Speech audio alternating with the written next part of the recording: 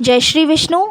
प्यारी माताओं, बहनों और मेरे सभी श्रद्धालु भक्तजनों, आप सभी को षटतिला एकादशी की कोटि कोटि शुभकामनाएं।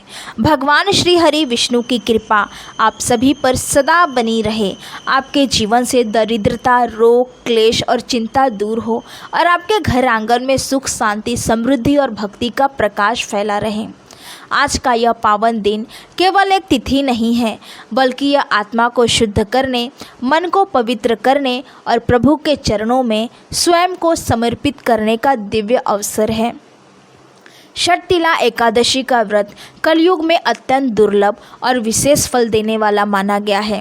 शास्त्रों में कहा गया है कि जो व्यक्ति सच्चे मन, श्रद्धा और विश्वास के साथ इस व्रत को करता है, उसके जीवन के बड़े से बड़े पाप भी नष्ट हो जाते हैं और भगवान विष्णु स्वयं उसकी रक्षा करते हैं। माताओं, बहनों, माघ मास का समय अपने आप में बहुत पवित्र माना जाता है। इस महीने में किया गया जप, तप, दान और व्रत कई गुना फल देने वाला होता है। माघ कृष्ण पक्ष की यह एकादशी इसीलिए भी विशेष है क्योंकि इसमें तिल का विशेष महत्व है। तिल को पापों का नाश करने वाला, शरीर को शुद्ध करने वाला और आत्मा को बदल देने वाला बताया गया है। कहा जाता है कि तिल की उत्पत्ति स्वयं भगवान विष्णु के शरीर से हुई है, इसीलिए तिल से किया गया हर कार्य सीधे प्रभु तक पहुंचता है। इसी कारण इस एकादशी को षटतिला एकादशी कहा गया है, क्योंकि इस दिन तिल का 6 प्रकार से प्रयोग करने का विधान बताया गया है। तिल से स्नान, तिल का उबटन, तिल का हवन, तिल का दान, तिल से बने भोजन का सेवन और तिल से भगवान की पूजा। ये 6 कार्य इस व्रत को पूर्ण बनाते हैं। अब आइए माताओं, बहनों, मैं आपको इस पावन व्रत से जुड़ी अत्यंत भावनात्मक और शिक्षाप्रद पौराणिक कथा विस्तार से सुनाती हूँ, जिसे सुनकर मन अपने आप भगवान विष्णु की भक्ति में डूब जाता है। बहुत प्राचीन समय की बात है। धरती पर एक ब्राह्मण रहता था। वह अत्यंत निर्धन था। उसका घर कच्चा था, पहनने के लिए फटे पुराने वस्त्र थे और कई बार तो उसके घर चूल्हा भी नहीं जलता था। लेकिन इस निर्धनता के बीच भी उसके हृदय में एक अनमोल धन था, भगवान विष्णु के प्रति अटूट श्रद्धा। वह प्रतिदिन प्राप्त उठकर प्रभु का नाम लेता, उनका ध्यान करता और जितना बन पड़ता उनकी पूजा करता। उनके जीवन में अभाव बहुत थे, लेकिन उनके मन में कभी ईश्वर के प्रति शिकायत नहीं आई। वह हमेशा यही कहता था कि जो कुछ भी मिला है वो प्रभु की कृपा से मिला है। एक वर्ष माघ मास आया। ठंड बहुत अधिक थी। ब्राह्मण के पास गर्म वस्त्र भी नहीं थे। उसी समय माघ कृष्ण पक्ष की एकादशी आई। ब्राह्मण ने निश्चय किया कि चाहे जो हो जाए, वह इस एकादशी का व्रत अवश्य करेगा। उसके पास न अन्न था, न फल, न धन, फिर भी उसने पूरे दिन उपवास रखा। वह प्रभु का नाम जपता रहा, आंखों से आंसू बहते रहे और मन में यही प्रार्थना करता रहा कि हे प्रभु, मेरी भक्ति को स्वीकार करें। शाम के समय उसने अपने घर में पड़े थोड़े से तिल निकाले। वही तिल उसके पास सबसे कीमती वस्तु थे। उसने इन तिलों को भगवान विष्णु के चरणों में अर्पित किया और मन ही मन कहा, हे नाथ, मेरे पास देने को यही है। न सोना है, न चांदी, न वस्त्र है, बस यह तिल है और मेरा सच्चा हृदय है। कृपया करके इसे स्वीकार कर लीजिए। उसी क्षण वैकुंठ लोक में भगवान विष्णु मुस्कुराए। लक्ष्मी जी उनके पास विराजमान थी। भगवान ने कहा, देवी, देखो इस ब्राह्मण की भक्ति। इसके पास कुछ नहीं है, फिर भी यह मेरे लिए अपना सब कुछ अर्पित कर रहा है। लक्ष्मी जी ने कहा, प्रभु, इसकी भक्ति तो सच्ची है, पर इसने दान बहुत कम किया है। भगवान विष्णु ने उत्तर दिया, देवी, कलयुग में भावना ही सबसे बड़ा दान है। श्रद्धा से दिया गया तिल का दाना भी मेरे लिए पर्वत के समान है। भगवान विष्णु ने उस ब्राह्मण को आशीर्वाद दिया। कुछ ही समय में ब्राह्मण के जीवन की दिशा बदलने लगी। उसके घर में धन आया, अन्न के भंडार भर गए, वस्त्रों की कमी दूर हो गई।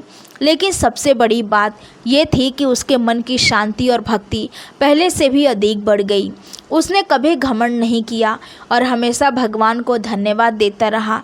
यह सब षटतिला एकादशी के व्रत और तिल के दान का ही फल था। माताओं बहनों, एक और सुंदर कथा भी इस एकादशी से जुड़ी है। एक बार देवर्षि नारद भगवान विष्णु के पास पहुँचे। नारद जी ने हाथ जोड़कर कहा, हे प्रभु, कलयुग में मनुष्य पापों में फंसा रहता है। उसके लिए कोई ऐसा सरल व्रत बताइए जिससे उसके पाप शीघ्र नष्ट हो और उसे अपनी भक्ति प्राप्त हो। भगवान विष्णु ने कहा, नारद, माघ मास के कृष्ण पक्ष की षटतिला एकादशी का व्रत कलयुग में अत्यंत श्रेष्ठ है। इस व्रत के प्रभाव से मनुष्य के जन्म जन्मांतर के पाप नष्ट हो जाते हैं। नारद जी ने पूछा, प्रभु, इस व्रत में तिल का इतना महत्व क्यों है? भगवान ने कहा, नारद, तिल मेरे शरीर से उत्पन्न हुए हैं। जो मनुष्य तिल से स्नान करता है वह अपने शरीर और आत्मा दोनों को शुद्ध करता है। जो तिल का दान करता है वह यमराज के भय से मुक्त हो जाता है। जो तिल से मेरी पूजा करता है उसे वैकुंठ की प्राप्ति होती है। नारद जी ने फिर पूछा, हे प्रभु, यदि कोई व्यक्ति निर्धन हो और उसके पास कुछ न हो तो? भगवान विष्णु ने कहा, नारद, यदि मनुष्य सच्चे मन से केवल तिल का दान और मेरा स्मरण भी कर ले तो भी उसे इस व्रत का पूर्ण फल प्राप्त होता है, क्योंकि इस व्रत की आत्मा है श्रद्धा। माताओं बहनों, अब मैं आपको इस पावन व्रत की पूजा विधि विस्तार से बता रही हूँ ताकि आप इसे सही और सरल रूप से कर सकें। षटतिला एकादशी के दिन प्राप्त ब्रह्मा मुहूर्त में उठकर स्नान करें। यदि संभव हो तो स्नान के जल में तिल मिलाएं। स्नान करते समय मन ही मन भगवान विष्णु का नाम लें। इसके बाद स्वच्छ वस्त्र धारण करें, घर के मंदिर साफ करें और भगवान विष्णु या श्री कृष्ण की प्रतिमा या चित्र स्थापित करें। उन्हें पीले पुष्प, पीले वस्त्र, अक्षत, तिल, धूप और दीप अर्पित करें। तिल से बने भोग जैसे तिल के लड्डू या तिल की खीर अर्पित करें। पूरे दिन उपवास रखें या फलाहार करें। दिन भर ओम नमः भगवते वासुदेवाय मंत्र का जाप करें। शाम के समय दीपक जलाकर भगवान विष्णु की आरती करें। अब मैं आपके लिए षटतिला एकादशी पर गाई जाने वाली भगवान विष्णु की आरती भी यहाँ गा रही हूँ ताकि आप इसे गाकर प्रभु को प्रसन्न कर सके। ओम जय जगदीश हरे, स्वामी जय जगदीश हरे, भक्त जनों के संकट क्षण में दूर करे। ओम जय जगदीश हरे, जो धावे फल पावे, दुख बिन से मन का, सुख संपत्ति घर आवे, कष्ट मिटे तन का। ओम जय जगदीश हरे, मात पिता तुम मेरे, शरण गहूँ मैं किसके, तुम बिन और न दूजा, आस करूँ मैं जिसकी।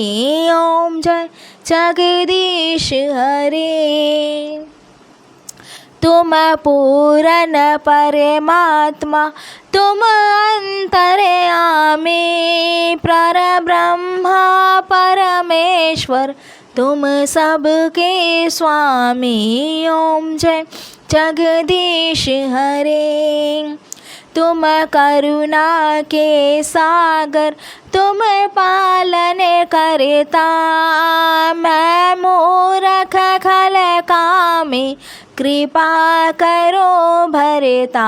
ओम जय जगदीश हरे, तुम हो एक अगोचर, सबके प्राणपति, किसी विधि मिलूं दयामय, तुमको मैं कुमति। ओम जय जगदीश हरे, दिन बंधु दुख हरता, ठाकुर तुम मेरे, अपने हाथ उठाओ, द्वार पड़ा तेरे। ओम जय जगदीश हरे, विषय विकार मिटाओ, पाप हरो देवा, श्रद्धा भक्ति बढ़ाओ, संतन की सेवा। ओम जय जगदीश हरे।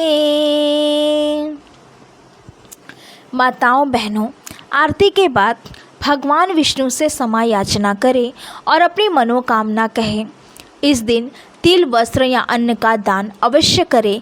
अगले दिन दार्शिक व्रत का पालन करें।